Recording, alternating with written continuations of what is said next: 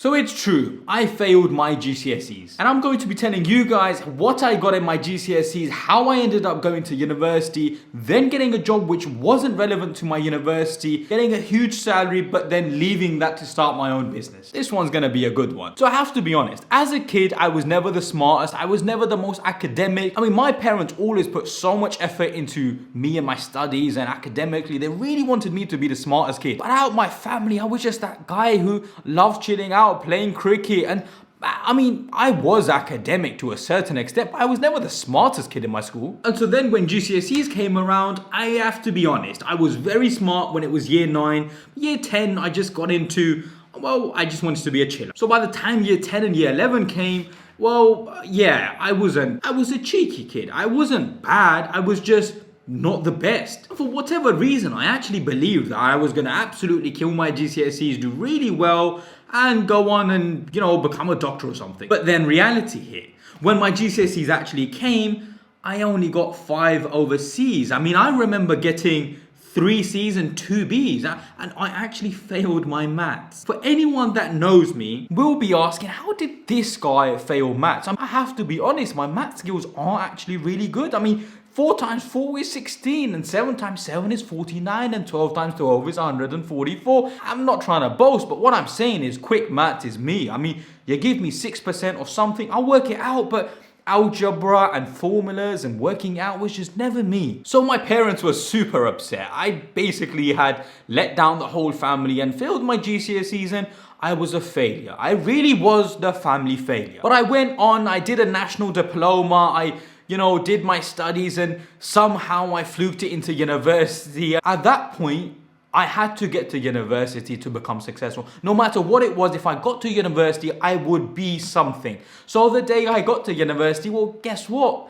All of a sudden, I had made it. I had made it in life. And I was going to become the richest man my family had ever seen. I mean, when I went to university, I realized quite quickly that I did, the whole criminology and criminal law on that side, but I didn't really want to go into that. I mean, that didn't have that much money. I knew though I hold myself quite well, and growing up I played professional cricket, and so by playing professional cricket I used to interact with quite high class, posh sort of people, and that meant my communication skills had developed more than anyone else's at my age. So that's when I realized I could either continue to go to my university, get a job within my degree, maybe become a police officer or something, or actually hound down on what I'm good at. Sales, communication, speaking to people.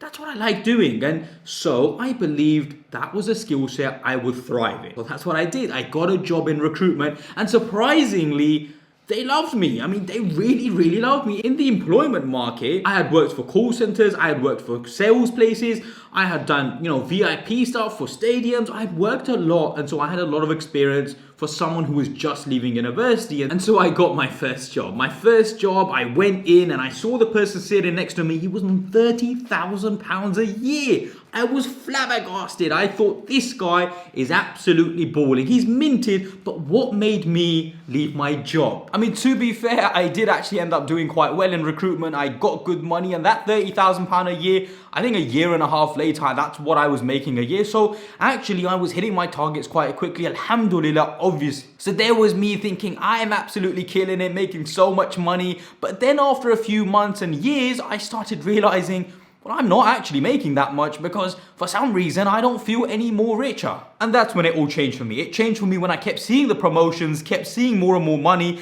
but then actually seeing I'm not seeing that much more. The Queen keeps taking so much tax off me. And though my salary is going from 30 to 40 to 50 to 60 to eventually £70,000 a year, it's nice. I'm seeing some more money, but not what I thought I was seeing. I thought I'd be loaded, but I'm not. And that's finally when I went and set up my own recruitment company. And so my point to you guys is, just because you have failed once in your life, or you're failing right now, does not necessarily mean you're gonna always fail. In fact, what you have to do is turn up, work hard, like genuinely turn up every single day, think your dreams are achievable and you can actually get them. And trust me when I say this, you are your biggest enemy if you don't pull your things together. And so if today you don't feel like you're in the position where you want to be in, don't worry, your time will come. Just keep working hard, keep turning up every single day. Inshallah, make the ad to Allah, and Allah will give it to you, no doubt. Jazakallah khairan. So, Assalamu alaikum wa rahmatullahi wa barakatuh.